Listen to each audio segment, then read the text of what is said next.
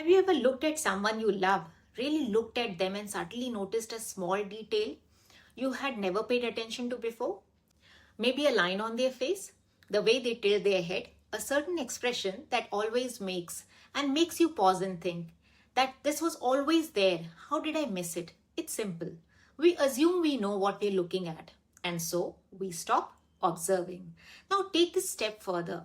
Have you ever looked at a clock and before you even consciously register the time, your mind has already decided what it means?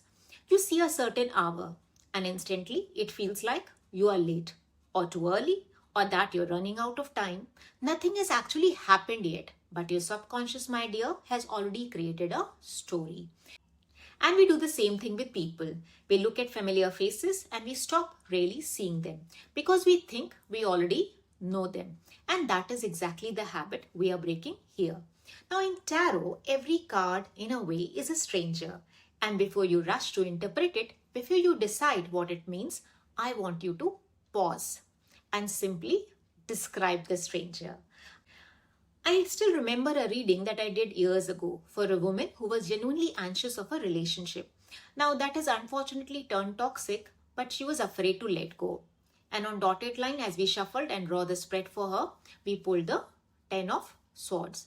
Now in that moment, she saw the card, she reached and she reacted. And she's already named the outcome in her mind. For her, it meant betrayal, it meant endings, it meant pain and nothing beyond that. So instead of correcting her, instead of explaining the card to her, I asked her to do something very simple. I said, let's just focus. Let's just describe the sky. She looked at it again and then she said, okay, now the sun is actually rising from the bottom. It is the deepest, darkest before the dawn. There is gold here, the lining to the silver cloud. And I never noticed that. And that one observation coming from the depths of a subconscious, it shifted everything. Now from this is the end to the narrative of maybe the worst has already passed. And that, my lovelies, is the exact skill we are building today.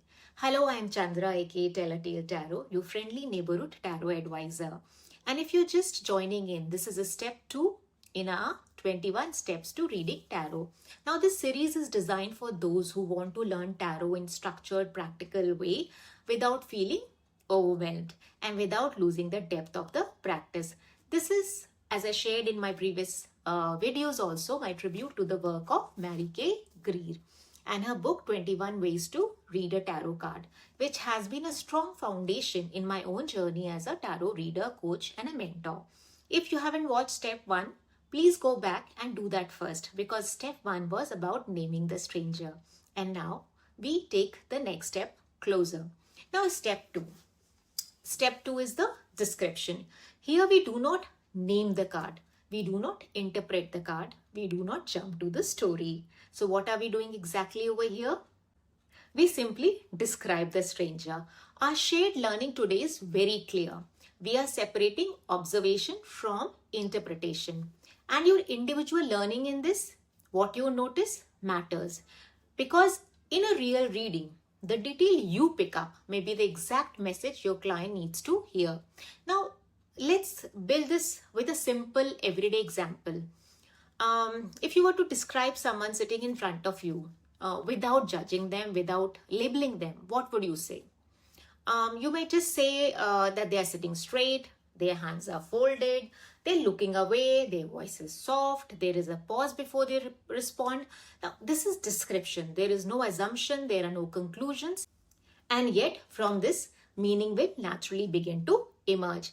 Now we bring this into tarot. Now look at the High Priestess, right? We spoke about this card before in step 1 about her name. Now forget the name for a moment, right? Shall we?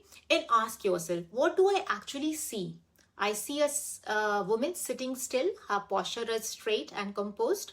I see a scroll in her lap, but it is partially hidden. I see these two pillars, one white and one black. Now I see a crescent moon at her feet. This is a pure observation. Now we are describing the stranger. Now notice what happens next.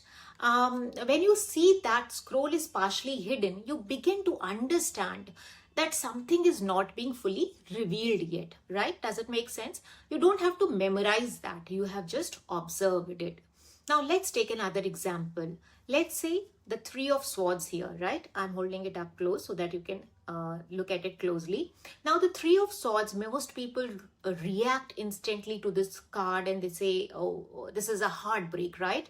Yes, indeed, it is a heartbreak, but we pause that habit for a second, right? And we go back to the practice. Now describe the stranger. Now I see here a red heart, right?